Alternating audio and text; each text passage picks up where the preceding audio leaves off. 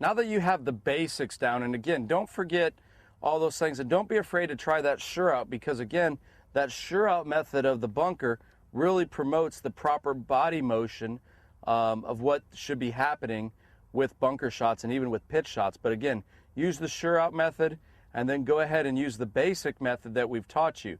Let's now get into hitting different types of shots, okay? To be a great bunker player, you have to know how to hit at least 4 different types.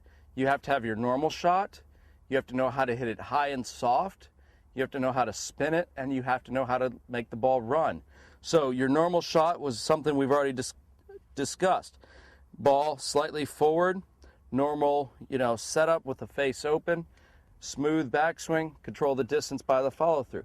If you want to hit it higher, okay, what you're going to do is you're going to get further away from the ball and lower yourself. That is lowering the center of gravity, okay? And you're also going to, from there, you're going to use your wrist a lot more. Instead of the normal sure out, which is no wrist, which produces a lower shot, this one here, we're going to use a lot of wrists, okay? Still hit the same distance amount behind the ball. And it's a pretty aggressive swing. You need speed here. And because of lowering yourself, face is obviously open. When you do that shot, that ball will come out higher and softer. To spin the ball, okay, to spin the ball, this is probably one of the most advanced because you are going to have to take less sand, okay? We discussed in our last segment how we don't want to vary the distance based on the amount of sand we want, and that is still true. But now what we're looking to do is to control the spin. And when you do want to control the spin, this is a situation where you really don't have any other options. The ball, the flag's running away from you, the green's running away from you, you've short-sighted yourself. In most cases, depending on your handicap, if you're a higher handicap person, just make sure you get the ball out of the sand and onto the green. Because at least from there, at worst, you're going to make bogey. Bogeys won't kill you. If you try to be too cute with this shot, you could leave it in the sand or hit it over.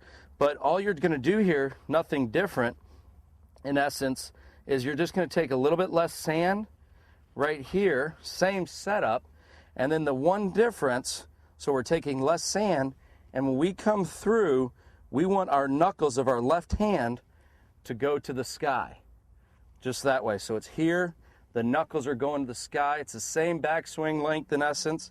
Distance is still controlled by the follow-through, but again, less sand and knuckles to the sky. And that ball will have a lot more spin on it that way, and that's how you hit that high spinning shot. Now, going into the same realm of things, to take and actually hit lower loft, what we're going to do is we're going to go back to hitting a couple inches behind the ball.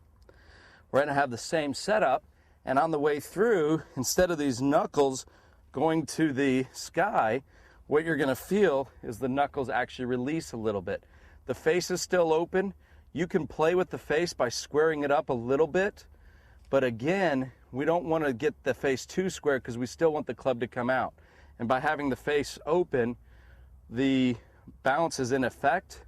That back of that club will allow the club to bounce out of that sand, but when we release our hands, that toe is releasing, that will take the spin off. So the difference here, same setup, same backswing length, but what we're going to do is on the way through,